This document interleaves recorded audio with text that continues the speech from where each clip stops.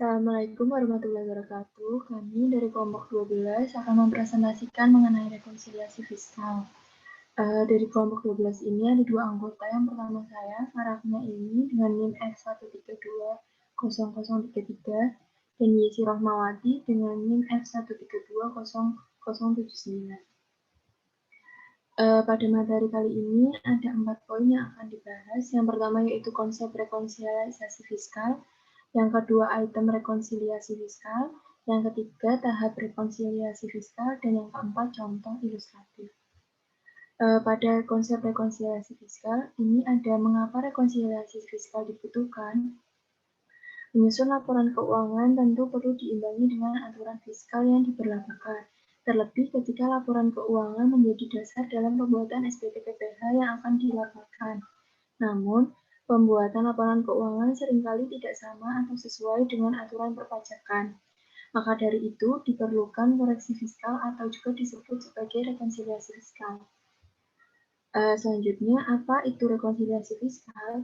Rekonsiliasi fiskal adalah salah satu langkah wajib pajak untuk mencocokkan jika ada hal yang berbeda antara laporan keuangan komersial yang penyusunannya didasarkan atas sistem keuangan akuntansi atau SAK dan laporan keuangan yang penyusunannya didasarkan pada sistem fiskal. Lalu, hakikat rekonsiliasi fiskal. Pada pelaksanaan pembukuan berdasarkan kebijakan akuntansi perusahaan menyimpang dari ketentuan perpajakan. Hal ini menimbulkan perbedaan terkait pengakuan pendapatan dan beban di laporan laba rugi. Lalu dilakukan penyesuaian agar laba yang diperhitungkan secara akuntansi dapat diperlakukan sebagai laba atau penghasilan kena pajak. Lalu ada perbedaan mendasar antara laporan keuangan komersial dan laporan keuangan fiskal. Pada laporan keuangan komersial digunakan dalam penilaian kinerja ekonomi serta keadaan finansial sektor swasta, sementara laporan keuangan fiskal digunakan dalam perhitungan pajak. Lalu terdapat 3 pendekatan untuk mengatasi masalah terjadinya perbedaan laba rugi suatu entitas. Yang pertama, laporan keuangan fiskal disusun secara beriringan dengan laporan komersial. Lalu yang kedua, laporan keuangan fiskal ekstra compatible dengan laporan keuangan bisnis melalui penyesuaian atau proses rekonsiliasi. Lalu yang ketiga ada laporan keuangan fiskal disusun dengan menyiapkan ketentuan-ketentuan pajak dalam laporan keuangan bisnis. Selanjutnya ada penyebab perbedaan laporan keuangan komersial dan laporan keuangan fiskal. Terdapat 3 perbedaan. Yang pertama itu perbedaan prinsip akuntansi, yang kedua ada perbedaan metode dan prosedur akuntansi, dan yang ketiga ada perbedaan pengakuan dan perlakuan penghasilan dan biaya. Lalu ada perbedaan penghasilan biaya menurut akuntansi dan menurut fiskal. Berdasarkan sifatnya itu ada 2 perbedaan, ada positif dan negatif. Jika bersifat positif itu meningkatkan penghasilan kena pajak. Jika negatif bersifat mengurangi penghasilan kena pajak. Jika berdasarkan jangka waktu terdapat 2 yaitu temporer dan permanen. Jika temporer merupakan akibat perbedaan waktu pengakuan namun akan berujung pada hasil akhir serupa. Jika permanen merupakan perbedaan yang tidak akan terserupakan seiring waktu. Lalu terdapat rincian item rekonsiliasi. Yang pertama itu ada rekonsiliasi penghasilan dikenai PPh final, ada rekonsiliasi penghasilan bukan wajib pajak, lalu ada wajib pajak mengeluarkan biaya yang tidak menjadi pengurang penghasilan bruto, lalu ada wajib pajak menggunakan metode pencatatan yang berbeda dengan ketentuan pajak, dan yang terakhir ada wajib pajak mengeluarkan biaya agar mendapat pendapatan yang sudah dikenai PPh final dan pendapatan yang dikenai PPh non final. Selanjutnya akan dilanjutkan oleh Yesi. Baik, selanjutnya ini adalah teknik rekonsiliasi di mana di sini kita menyebutkan ada 4. Yang pertama, jika penghasilan itu diakui menurut akuntansi, tetapi tidak diakui menurut fiskal, maka rekonsiliasi yang dilakukan itu dengan mengurangkan penghasilan tersebut dari jumlah penghasilan menurut akuntansi yang berarti mengurangi laba akuntansi. Kemudian yang kedua, jika penghasilan tidak diakui menurut akuntansi, tetapi diakui menurut fiskal, rekonsiliasi itu dilakukan dengan menambahkan penghasilan tersebut pada jumlah penghasilan menurut akuntansi yang berarti menambah laba akuntansi. Kemudian yang ketiga, jika biaya diakui menurut akuntansi tetapi tidak diakui menurut fiskal, rekonsiliasi itu dilakukan dengan mengurangkan biaya tersebut dari jumlah biaya menurut akuntansi yang berarti menambah laba akuntansi. Yang keempat ini, jika biaya tidak diakui menurut akuntansi tetapi diakui menurut fiskal, maka rekonsiliasi itu dilakukan dengan menambah biaya tersebut pada jumlah biaya menurut akuntansi yang berarti mengurangi laba akuntansi. Next.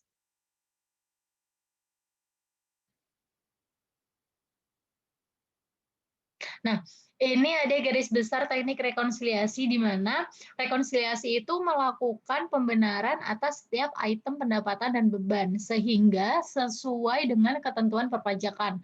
Nah, metode ini itu digunakan untuk memudahkan proses ketika nanti pengisian pada SPT. Nah, pembenaran ini dilakukan terhadap laba akuntansi dengan melakukan penambahan atau koreksi positif atau pengurangan atau biasa disebut dengan koreksi negatif hanya berdasar penyesuaian penghasilan dan beban yang tidak sesuai. Nah, di dunia praktik, teknik rekonsiliasi yang lebih banyak digunakan, yaitu untuk memenuhi kebutuhan catatan atas laporan keuangan, koreksi atas pendapatan, dan beban diklasifikasikan atas koreksi positif dan negatif. Nah, apa sih koreksi positif dan koreksi negatif itu? Nah, koreksi fiskal positif ini dia itu menyebabkan pertambahan laba fiskal atau pengurangan rugi fiskal sehingga laba fiskal lebih besar daripada laba komersial. Dengan kata lain, rugi fiskal itu lebih kecil daripada rugi komersial. Kemudian koreksi fiskal negatif, dia ini menyebabkan pengurangan laba fiskal atau pertambahan rugi fiskal sehingga laba fiskal itu lebih kecil daripada laba komersial atau rugi fiskal itu lebih besar daripada rugi komersial. Next. Nah, ini ada pedoman ketika kita ingin mengkoreksi suatu pendapatan ataupun biaya di mana ketika perbedaan itu dimasukkan untuk koreksi positif, itu apabila yang pertama pendapatan menurut fiskal itu lebih besar daripada menurut akuntansi, atau suatu penghasilan diakui menurut fiskal, tetapi tidak diakui menurut akuntansi. Nah, kemudian biaya menurut fiskal lebih kecil daripada menurut akuntansi, atau suatu biaya tidak diakui menurut fiskal, tapi diakui menurut akuntansi.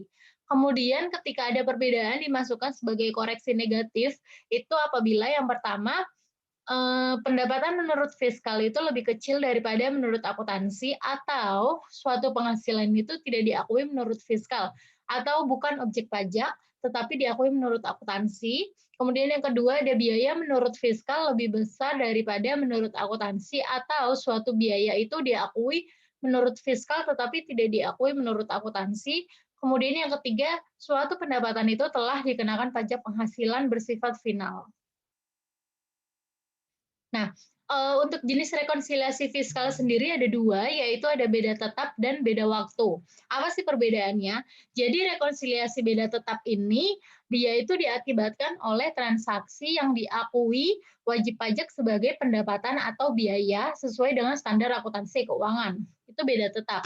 Nah, sedangkan untuk beda waktu, itu tuh rekonsiliasi ini disebabkan oleh bedanya waktu antara sistem akuntansi dan sistem perpajakan. Jadi, transaksi yang menurut akuntansi komersial dan pajak sama, tetapi perbedaan terletak pada waktu alokasi biaya. Nah, ini merupakan contoh ilustratif dari kelompok kami yang kami sajikan, yaitu ini terdapat informasi dan data laporan keuangan komersial dari PT XYZ pada 2019, di mana PT XYZ ini bergerak dalam bisnis perdagangan kain tenun dan merupakan wajib pajak badan yang berdomisili di Solo, Jawa Tengah. Sesuai dengan tabel yang ada di PPT ini, dari laporan keuangan komersial PT XYZ, disebutkan bahwa laba neto penjualan dari Singapura ini, dia itu sebelum dipotong PPh negara sumber sejumlah 20% itu total 1 juta. Nah, ada keterangan lainnya, jenis asetnya itu ada gedung permanen dengan divisi IT, sesuai dengan tahun pembelian berdasarkan tabel dan harga pembeliannya berdasarkan tabel tersebut. Next. Sebelum masuk ke rekonsiliasi, ada informasi tambahan di mana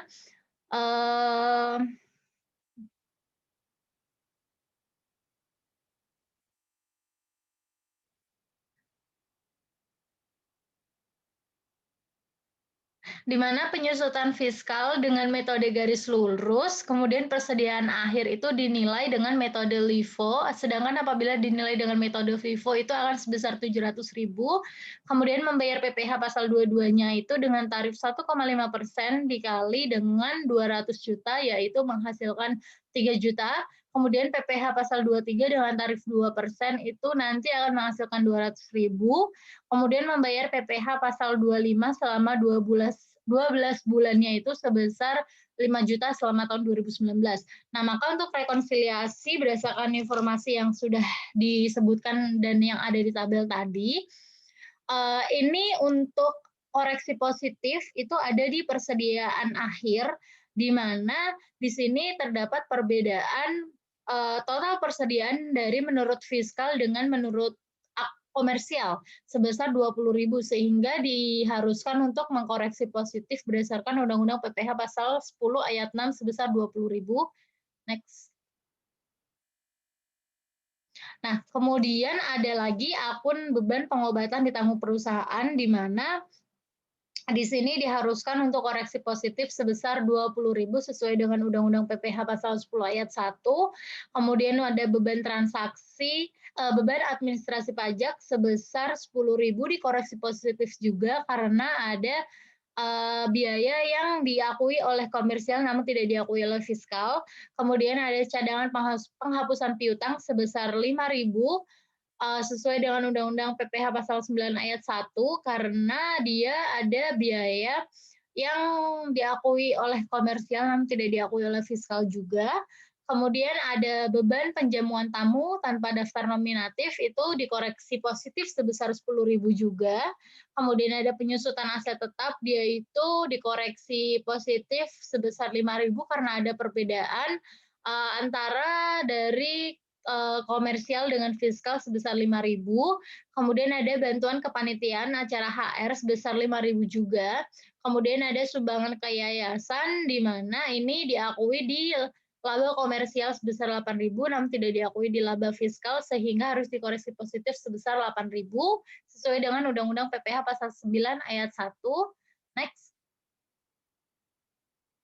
Nah, untuk selanjutnya ini ada koreksi positif sebesar 200 karena ada perbedaan nilai sewa dari komersial itu 9.800, kemudian di fiskal itu 10.000 sehingga ada perbedaan 200 diharuskan untuk koreksi positif sesuai dengan Undang-Undang pasal 23.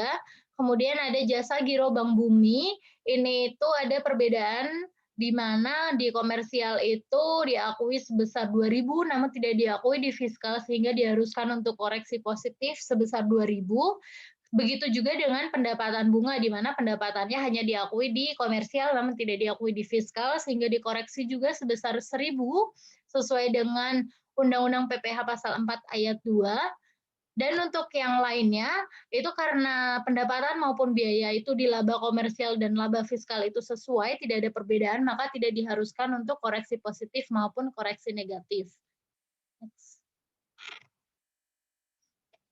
Nah, ini ada dari contoh menghitung PPh pasal 29 PT XYZ setelah kita melakukan rekonsiliasi tadi, yaitu di mana di sini terdapat total PPh terutangnya sebesar 94.750.000 yang mana akan dikurangkan oleh PPh pasal 22 sebesar 3 juta, PPh pasal 23 sebesar 200.000, kemudian PPh pasal 24 itu sebesar 25 juta, kemudian PPh pasal 25 sebesar 60.000 sehingga menghasilkan kredit pajaknya itu total 88.200.000, maka PT SCZ harus membayar PPh kurang bayarnya di dalam PPh pasal 29 AB sebesar 6.550.000.